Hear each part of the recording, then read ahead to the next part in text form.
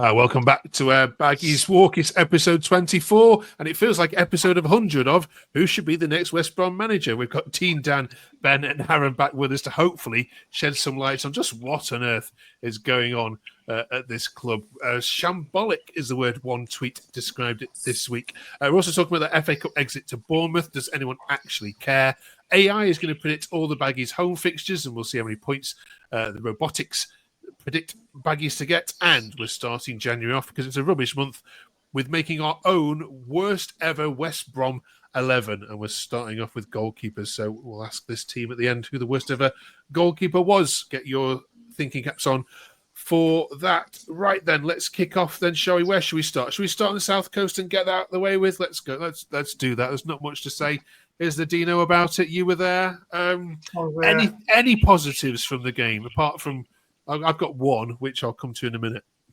For the first 20 minutes, I thought we played really well, and we went 1-0 up. And I thought Caleb Taylor's got a bit of a star in the making there, but then it all went downhill. We can't make 7 changes and get away with it against the Premier League club. Don't care how many changes they make. They were clinical. We were simple as. They were better than us. Yeah. The one positive that came out of it for me was that you all finally realised just how bad a defender that Mason Holgate is, even though I've managed to be telling you. I did feel sorry for Taylor having to play alongside him, to be honest. And Rakic, I still don't know what he gives us. Say it every week, don't we? It says, Dan, is Wildsmith just button in disguise? Jesus, we need to get rid of him and get someone better as a backup. We didn't even dive for half the goals and was beaten at his near post twice. Is that too harsh? No, I think it's spot on, to be fair. To be fair, it didn't even look like he made any effort in trying to save anything. Might as well have just played without him, to be honest. You say you'd have done better with no one in goal than yeah. Goal. All right. He heard you were going to ask who the worst keeper was tonight. That's right. Like Fender, I think. Right. Ben, I'm deliberately going to come to you to talk about Swift because every week we talk about him and I can't make my mind up whether he's a good footballer or not. So get ready for that one. Aaron, we'll give you Mason Holgate because I daren't talk to Dan about it. I warned you. He's a bad defender. It's taken you a while to realise, but just how bad was he? Yeah, I think to be fair, when he first came into the team, it wasn't terrible. There was some positives, and it's more positive than negative. To be fair, but I feel like it's sort of it's just turned on its head. He's had more game time and he's got worse, which I don't understand. Surely that would be you'd improve, but. Yeah, I'm glad he's only on loan because there's no chance we should sign him in the summer, regardless if he's a free transfer or not. I mean, he's just not one to play if you want to progress. I mean, I can't. Yeah, there's not one thing I can name he's good at in the past few weeks recently. I mean, it's just shambolic, really. Honestly, just keep him. We don't mind about the transfer fee. Just have him. Honestly, I can't think of a worse defender I've watched in 5 years than him. All right, Ben, since we talked about Swift and put him on the title of our video saying how amazing he was, ever since we did that, he's been awful. What's happening with him, Ben? Well, I don't think he is good enough. I think you get away with playing him against sort of a lower end championship team at home, them type of games. But when you ask him to play, against a Premier League side in the Cup or a top half championship team, he just goes missing. He's trying back heels left, right, and centre that, and he's never pulling off. He doesn't really look up for the fight. If we're aspiring to be a top end championship team, he's not quite good enough, I don't think. Okay.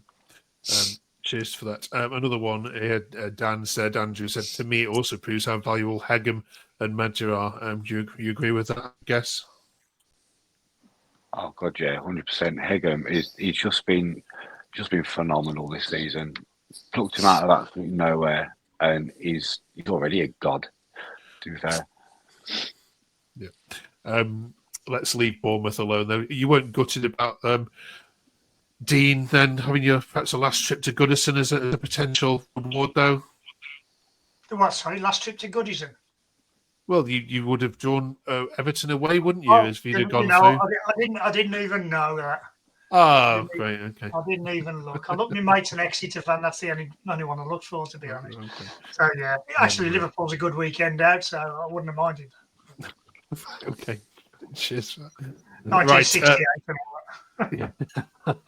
Let's talk about the manager situation then, shall we? So last week, of course, we were talking about Wiki and the excitement of a new European manager coming in, and there's all kinds of rumours that he's not been allowed to bring his backroom staff in, and all kinds of stuff going on. Aaron, you tweeted this out earlier that it was an effing shambles.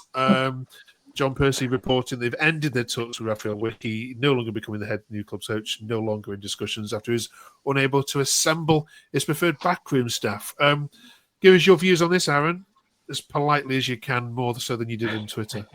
Well, it depends, because I've read two different things now. I've read that he wasn't able to assemble his own backroom staff because of some wage, it's some wage issue where we're just not willing to pay them. But I've also read that it's because of a work permit issue, which obviously it's more understandable. It's more harsh, but it's one of those where you can't really blame the club in a sense, because obviously it's just the way the UK is now with Brexit and whatnot. Obviously very disappointing, because he was the ideal candidate, not just as a manager but as like a fit for this whole system and the way the club's going now with the more data driven sort of aspects. So it would have been a good appointment, in my opinion. Obviously, we will never know now, because obviously he's not going to be the manager. But yeah, I mean, I don't really see anyone else having as much excitement for the fans, especially, to come in. I mean, Deutsch is a big name, but he hasn't done well at Everton. I mean, for the last 2 years. That René Hack, how can we say his name? I'm not too sure. He hasn't been great when he's been in Holland. And then Steven Schumacher, like I said on the previous video, stay as far away as possible for him. But yeah, it looks like it's going to be one of them three, which is disappointing. But that's Albion for you. Let's have a look at the betting odds, shall we? Then, Ben, you can help us get through this. So Sean Dyche has now been installed as the number one favourite in the last couple of days to get West Brom up. Ben, I mean, I'll give you my thoughts on it in a minute for what they're worth, but I mean, Mason Holgate for one is not going to be very happy. Ben, what's your thoughts on that? I think the issue now is you kind of going back to people who you've said no to. We clearly came out and said Wiki was our number one choice. He's the one we wanted. I'm sure we spoke to majority of those on that list, and we've kind of said no to them. So now you're going back to them with a kind of, we want you now type thing. Again, and there's not very exciting names on there. I mean, Dyche I'm on the fence with. I think, last time he was in the Championship was however long ago, and it's a different league now. Agree with what Aaron said about Hake. I don't think he'd be a good fit. The only thing I'm hoping is they might pluck another surprise name out like they did with Wiki, and there might be another overseas manager they've got their eye on that comes out of nowhere. But in terms of that list, I'm not really raving about anyone on there. Maybe I'd go back in for John Eustace, but I think that'd be quite tricky. Yeah, so not very inspiring, I don't think, that list. Cheers, Ben. One suggestion, Dean, has been to ask Mowbray to do it to the end of the season. I mean, his health has improved. He seems to be. He's said outwardly he's ready to get back into some form of management. Would you give it to him on a short term basis and then go again in the summer? That's what I was going to suggest. Yeah, still very popular at the club. Played great football under him. Yeah, I'd give it him till the end of the season if his health's okay. But just going back to the reason, something just doesn't add up to me about why Wiki's not coming. Said these two coaches he wanted to bring. One has changed his mind, apparently, and the other one's the goalkeeping coach who can't get a work permit. Now, is that a deal breaker that the goalkeeping coach can't come? And even if the other one...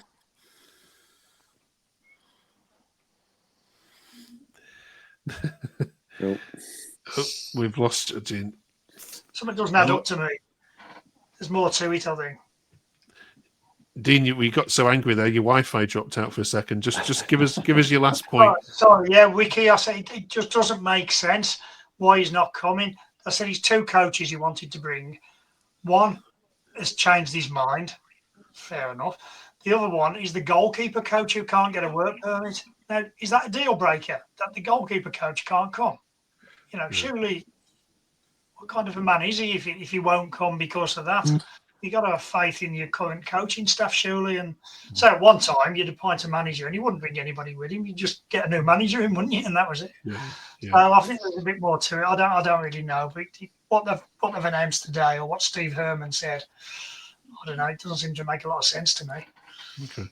I mean, last week you were all united. You all said wiki, all four of you. Now, obviously, it's going to divide the fan base, regardless of what appointments made.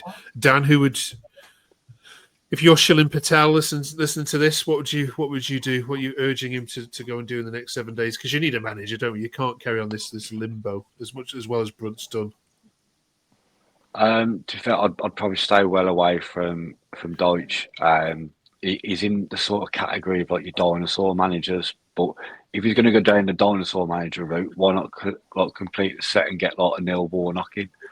They're all the same sort of manager, and we're done with that sort of football now. We're actually starting to play some decent football at times, not this long ball nonsense that's just died out now.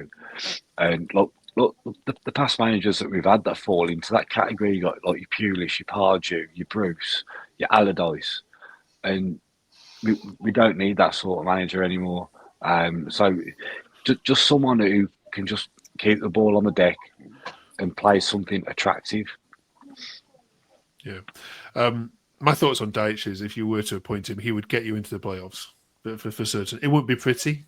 It wouldn't be nice to watch, but it's effective. He didn't have the players at Everton, especially towards the end. He was. I mean, I quite like the guy. I don't mind effective football. Give me 1-0 wins over attractive 0-0 draws or 1-1 or 1-0 defeats away from home. But yeah, I'm not sure it's the right fit for the brand which you're crying out for. As you were saying, Dan, I'm not sure it would go down well with supporters, Aaron. Would it?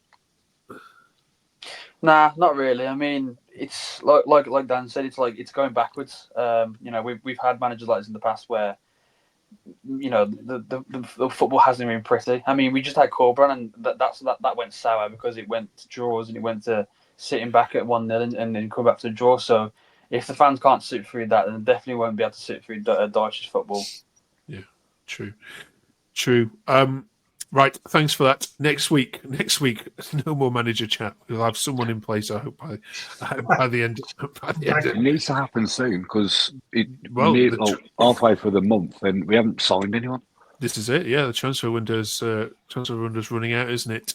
Listen, we love making this content for you. Thank you all very much for watching it every single week, or as often as you can do. Can you help us? Oh, that's not the one I wanted. That's the one I wanted. Target. We're looking for 100 subscribers. We're nearly there. Can you push us over the line? It's about 20 more that we need.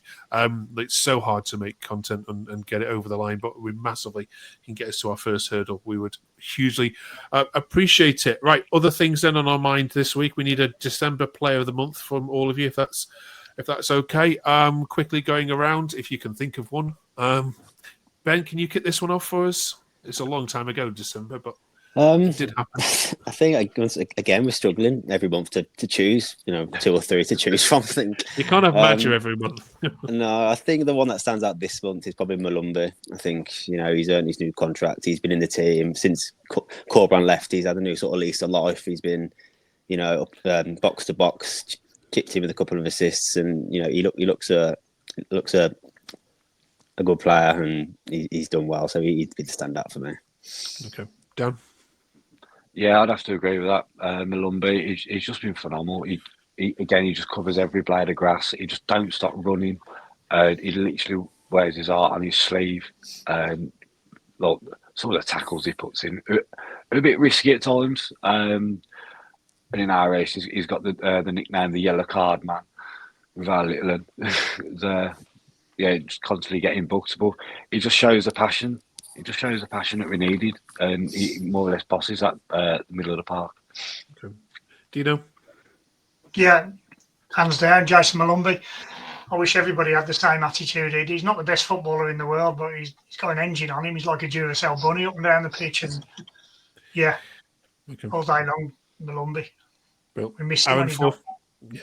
4 for 4, Aaron. Yeah, I mean, the favourite would be Malumbi. Yeah, I don't think you can argue against it, really. I mean, another name you can throw in the hat, maybe Fellows. I think Fellows had a decent month. I mean, before that, I think he sort of fell off a cliff a little bit, and he wasn't really performing as good as he can. But I think in December, he was, he was getting notched up a few assists. I'm pretty sure. I mean, his performances were something to speak about. But I think Mullenby is the standout character in that team at the moment. So yeah, definitely him. All right, then, thank you. Back to Championship action then this weekend. We're previewing Stoke City and Mark Robbins. Stoke City, nonetheless, as well, visiting the Hawthorns this weekend. Chance to do the double over Stoke City. Dino, in your life, there used to be an old phrasing that they used to beat you, Stoke City, didn't they? Always beat West Brom. Not so much in recent years. Let's have a look back to August, shall we? The hot summer days of a Saturday afternoon at the Bet 365. It went your way, Madger and Grant picked the win. Looking at that team there, though, Dean, how much have you transitioned from August to January? Is it slightly unrecognisable? That's pretty much our standard lineup. It is, isn't it? Yeah. Except to take a J out because he's injured. But that could well be a starting lineup the weekend. To be honest, yeah, I wouldn't have Swift there though. But no, well, yeah, I think you've certainly made that point. Any changes you'd make, Dan? Probably just put Hegem into the middle of the back four and Callum Stiles out on left back. That'd be it, really. Well, and then probably Mikey Johnson for Swift. Yeah. It's not. Not much has changed in 5 months, has it? Not much can change. Predictions then for Stoke, Ben. I mean, this is probably going to be a tougher game as it was if you played them a month ago under Narcissus Pelec, or Pelec as they call him. That's right. Yeah, Mark Robbins is got them organised. Predictions. Yeah, I mean, I think it's going to be a lot tougher than what we thought it would last week. I think we don't really know what team we're going to put out, what performance we're going to put out. Chris Brunt's tried to make us a bit more front-footed, so hopefully we see that on Saturday. But they look a better team now. They've got a decent manager in there, so it's going to be tricky. So hopefully we can get the 3 points. If it's 1-0, we'll take it. Okay. On the back of that, we've asked AI to predict all West Brom's home fixtures to come. Are you a believer in AI, Dean? No, not really. I don't have any of these statistics. Oh, you surprised me. Right. How many successful passes and all that, Alex? Okay, let's have a look then. Well, have a look at your home games, though, fellas. Look at this. There's only Sunderland that poses any kind of threat really to you. Look at the positions. I mean, Blackburn will be a tough game, of course, but I mean, look at the positions that you play: 19th, 21st, 17th, 22nd, 18th, 20th. This could be a nice little run of home wins for you, couldn't it? With Sunderland stuck in there, and look at AI. AI reckons 10 games. 11 games. Sorry, 29 out of 33 points. You'd take that, Dan, wouldn't you? Oh God, yeah, I'd take that.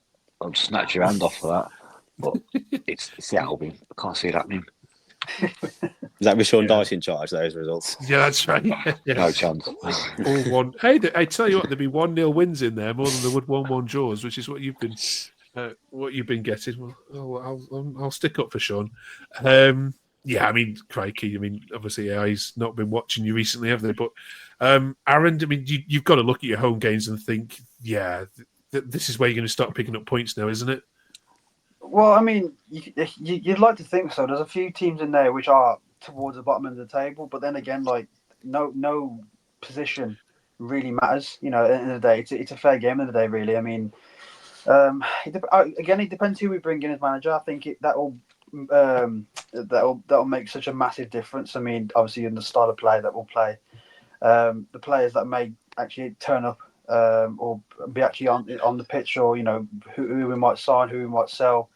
There's a lot of factors before any of those games are really played. I mean, there's so much that can go wrong and so much that can go right as well. But yeah, I mean, there are teams down there which are beatable, but unbeaten is a bit of a stretch I think at the moment. I think we are quite good at home. I don't think we're terrible at home by any means, but yeah, I don't think we'll be unbeaten. I think there's a few teams in there which will beat us on the night. I mean, Sunderland possibly the only team.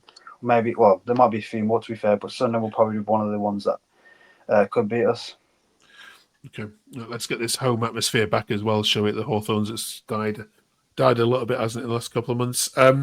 Finally, then this month is terrible. It's January. It's cold. It's wet. It's everyone's skint. So, in recognition of how bad it is, we thought we'd put together over this month the worst of West Brom over the last 20 years. Championship is 20 years old this year, but so back from 2004. What's the worst that we've seen? Next week we'll do strikers. We're playing a 4-4-2 formation, and we'll stick a manager in there as well at the end. But what's the worst goalkeeper that we need in this West Brom in this West Brom side? Don't be picking anybody recent. Ben, kick this off for us if that's all right. Well, I think I know what the other three are going to say, so I'm just going to say it. It's David Button, isn't it? Yeah, it's quite. There's not much else in there. The other one in my head is Pascal Zubabula. Yeah, those are two I've got. He's, I think we've been quite lucky with goalkeepers, to be honest. We always seem to have a decent enough keeper over the years, but those two are the ones that stick out. Button especially just couldn't catch a cold when he played, just all over the place. All right, Dean, give us your Button memory then.